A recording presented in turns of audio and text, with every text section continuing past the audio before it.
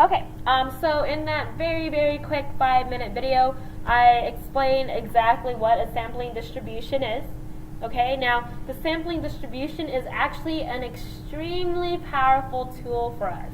All right, so let's go ahead and talk about what's called the central limit theorem, and this is basically the fundamental theorem of statistics. Okay, so for this theorem to actually be applied, two assumptions have to be met. The first assumption is that the sampled values must be independent.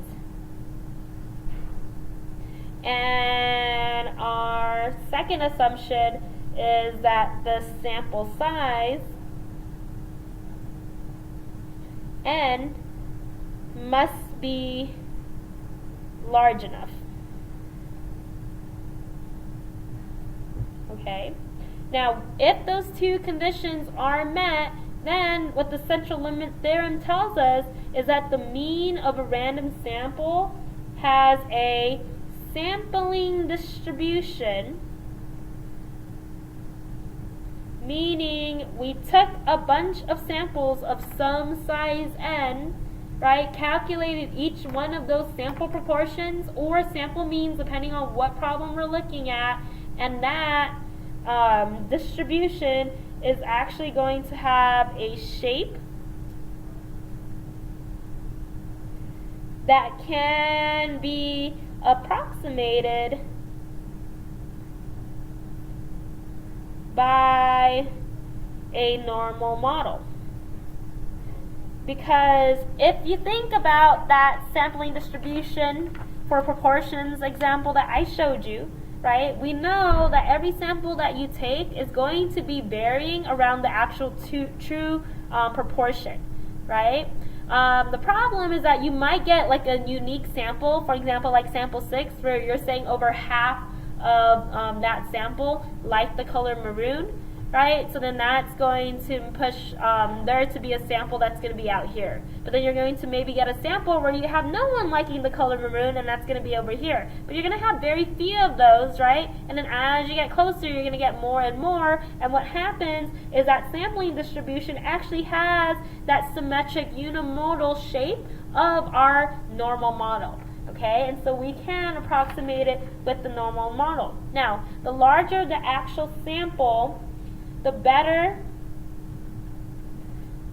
the normal approximation.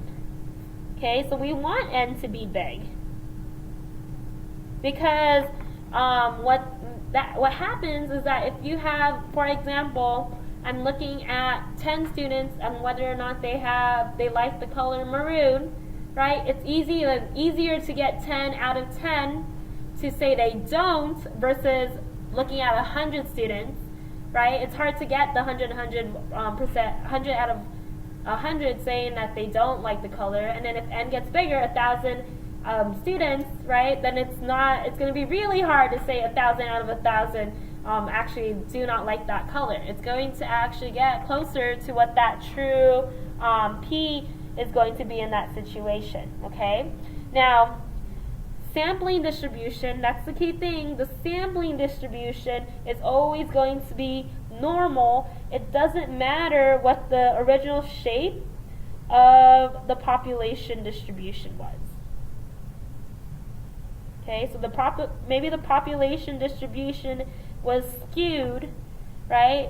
But if you just keep taking samples of that population, small samples, and then find the sample proportion or the sample means, the sampling distribution of those means or proportions will be normal, okay?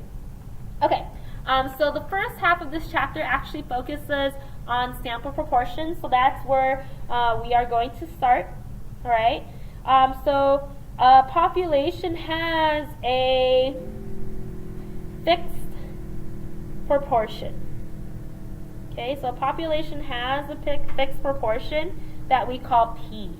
All right, and so that's a population parameter. Now,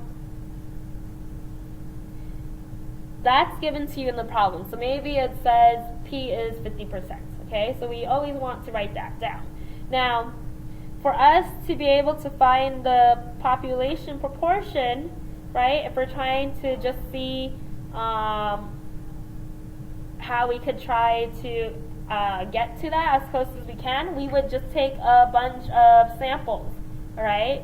And so what we want to do is take a sample. Okay, so sample is taken and a sample proportion, which we're going to say p hat. Right, a sample is taken and then a sample proportion, p hat, is calculated from that particular sample. And what's going to happen is that you're going to do this many, many times. So maybe your first sample proportion was 5 out of 10. So you're taking, where n is 10, maybe you're just taking 10 people at a time. And then maybe the next sample is 3 out of 10. And then maybe your third sample is 6 out of 10. And then your fourth sample, 7 out of 10. Maybe, and then your fifth sample, 10 out of 10. Right? You're going to just keep getting different proportions based on the different samples that you're going to do. Okay? Samples are continued to be taken, and each one of these are going to have the exact same sample size. Now, the mean of the sampling distribution is going to just be the same as the population proportion.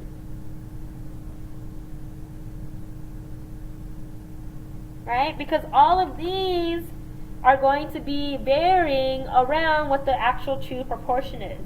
So the mean of all of your sample proportions would just be the true population proportion.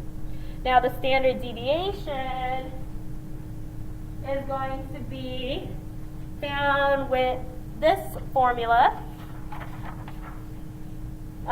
So the standard deviation of all of your sample proportions is going to be P, your actual population proportion, times Q, which we know is 1 minus P, over N. Okay, so that's how you would find the standard deviation, and very nicely, that is on your formula sheet. Alright, so on the formula sheet, so let me just move this out of the way real quick. So here's your formula sheet. We covered section 1. We have covered section 2 for the most part, right? So if I look, this is the last part of the section 2. So here, if you look, it says the mean of p hat. So the mean of the sample proportions is equal to the population proportion, right? That's what we just wrote down. And then here's the standard deviation of the population sample proportions. Standard deviation of the sample proportions is going to equal, right? And then we are going to take the square root of p times q over n, right? So this formula does not need to be memorized because it is on your formula sheet, right? But you just need to know when to use it. And so this is when you are doing a distribution of sample proportions, okay? Now, that's your mean, and then there's your standard deviations. That's what you need so that you could actually use the normal model, okay? So that's why it's important that we know how to calculate that. Now, in terms of us using the central limit theorem, because what we're trying to get at is that we would be able to use the normal model so that we can then talk about this distribution of sample proportions. But for us to use that normal model, we have to use the central limit theorem, which has two conditions. So the first condition, the sample values must be independent, and then the second condition is that the sample size n must be large enough, okay? So we're going to go ahead and tackle the first one. The sample values must be independent, okay? Now this is where we have to indirectly show that independence, and that's where our 10% condition comes in. Alright, so I did mention this already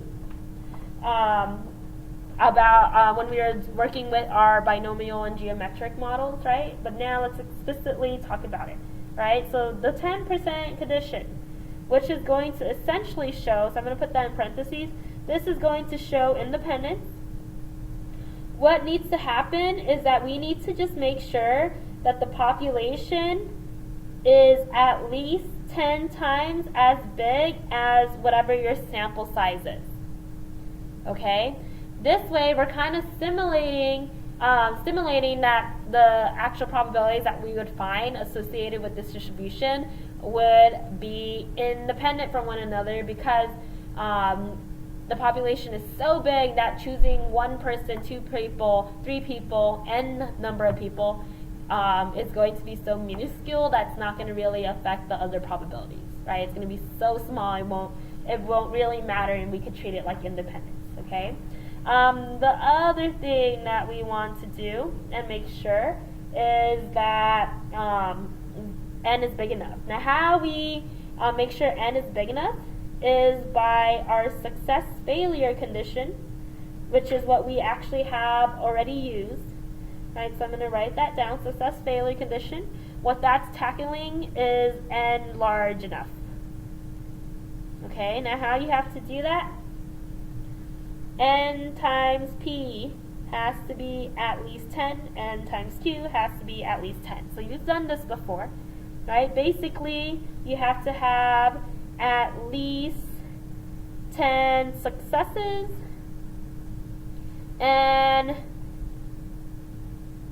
at least 10 failures. Okay, and then when you have that, then you're able to say it's large enough. Now the other one, which wasn't explicitly in the central limit theorem, but it's actually really important to us, because what we're doing is essentially taking a bunch of samples. We want to make sure that the samples that we take of size n are not biased in any way, and so the way that we are going to guarantee that is that when we are choosing n, it's going to have to be a simple random sample, or if we don't get to choose, the assumption is that whatever our sample is, we want to think of it as being representative of the entire population. That way we can guarantee that there is no bias in our calculation. Okay, so we want randomization. So this one, not explicitly in the theorem, but something that is extremely important so that we reduce bias in calculation is randomization. How we can guarantee that is simple random sample. So that's how you are going to choose n. Or the other way we can have randomization is that the sample that we choose can be assumed to be representative of the population. Okay? Now, once you have all 3 conditions met, okay, so the first condition is going to be our 10% condition, right? So make sure that it's independent. Our second one is going to be our success-failure condition, and then the last one is random, right? Some type of randomization is there to reduce bias.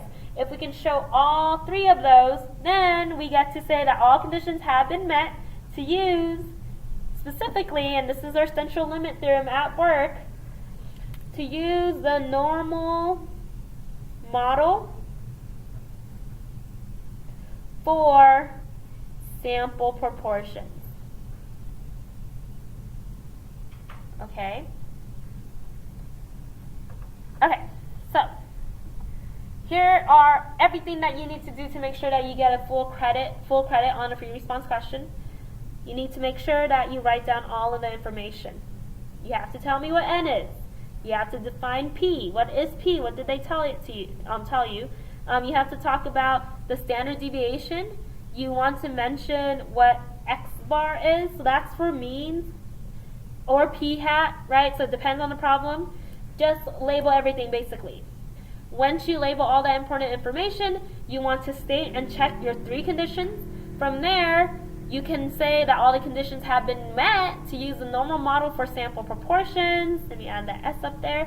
And then you get to solve the problem using probability notation. And then this is when your knowledge from Unit 3 comes in, because now it is just a probability problem where you are going to use your Z table, if you're going to use the table, or you could use your normal CDF on the calculator. Okay? So let's go ahead and put everything together in this example. Okay, so according to the manufacturer of the candy Skittles, 20% of the candy is the color red. Or candy produced is the color red. What is the probability that a given large bag of Skittles with 58 candies, that we would get at least 17 red? Okay, so first thing I want you to do is to figure out your important information that they give us. So P is 20%, which means Q will be 80%. Okay, 58 candies, so that's a bag that has 58 candies, that's going to be N. And then this is just at least 17 red. Okay, so there's our first initial pieces of information from the actual problem. We are going to calculate the standard deviation of this, right? And so standard deviation, let's go ahead and write down that formula, right? So the standard deviation of all of your sample proportions is going to equal, okay, so let me take this from the formula sheet and from the paper in front, P times Q over N. Okay, now let's go ahead and plug all our information in.